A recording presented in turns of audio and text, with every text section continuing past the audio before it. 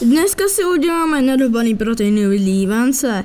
Budeme potřebovat špaldovou mouku. Protein já mám dál ten od Jim Beamu. Vy můžete použít nějaký jiný, je to zcela na vás.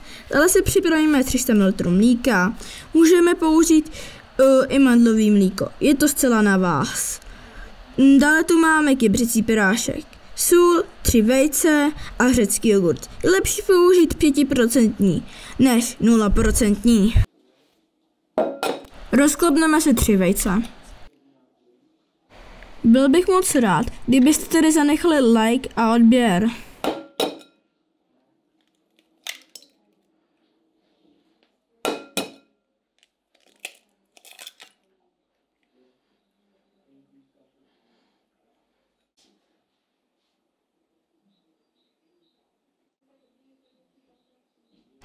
Až bude mít rozklepnutý vejce, tak si do mísy nasypeme 250 g mouky. Já používám tuto špaldovou.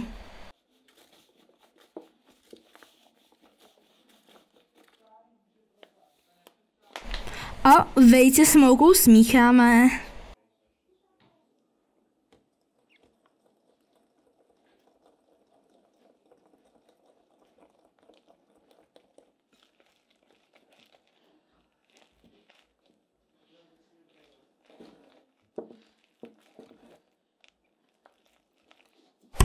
Až to bude mít smíchaný, tak tam dolejem 300 ml mlíka. A znovu mícháme.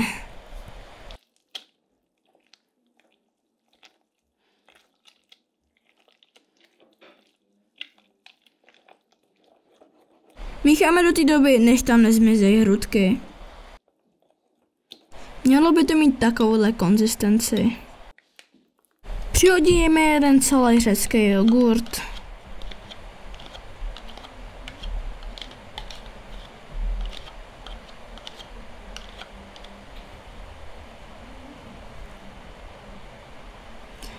Jednu odměrku proteinů.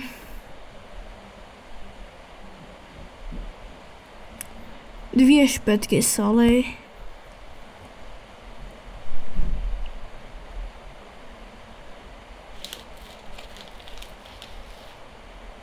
Lžičku kypřicího prášku. A všechno to smícháme dohromady.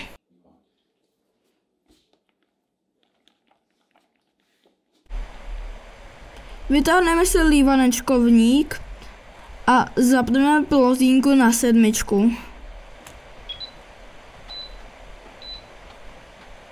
Nalejujeme si lívanečkovník. Já to dělám takhle šmatličkou. Jde to dělat i bez lívanečkovníku, ale s lívanečkovníkem je to lepší.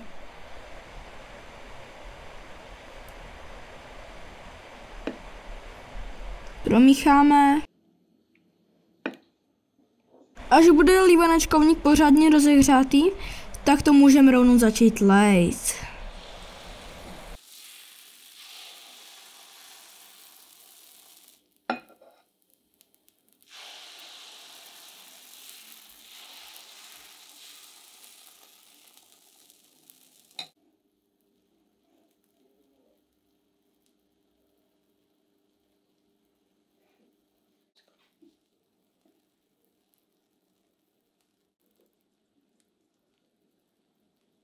Lívance obracíme až to těsto nahoře nebude tekuté.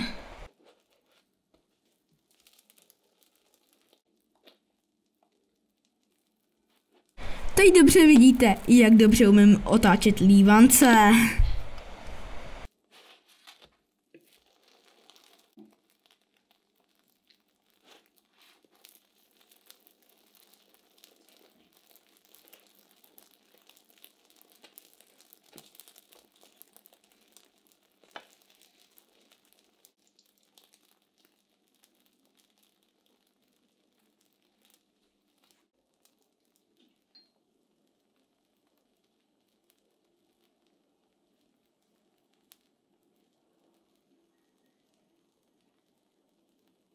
Když ty lívance ze spoda chytnou barvu, tak to znamená, že už to musíme vyndat.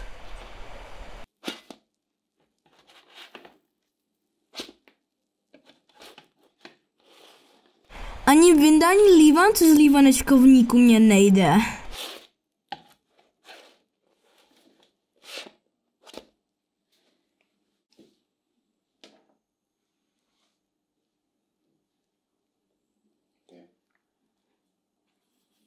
Znova to natřeme olejem.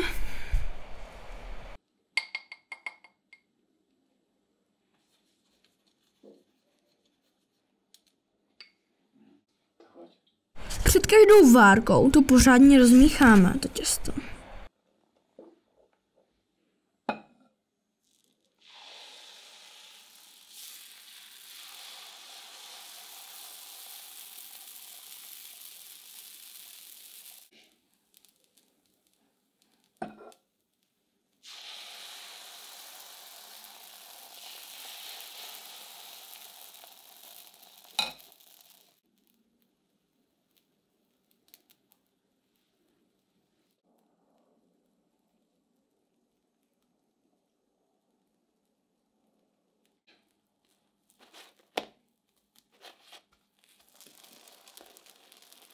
Všechny suroviny, které potřebuje tenhle recept, budou v popisku. Tak se pak podívejte, až to budete chtít uvařit.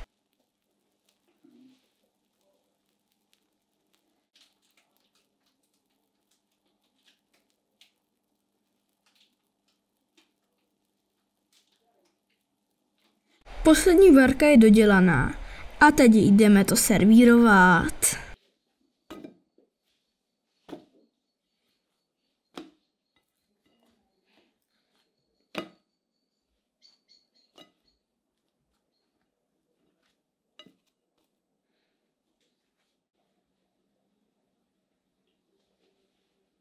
A takhle vypadá už finální jídlo. Pro více receptů zanechte like a odběr. A čau.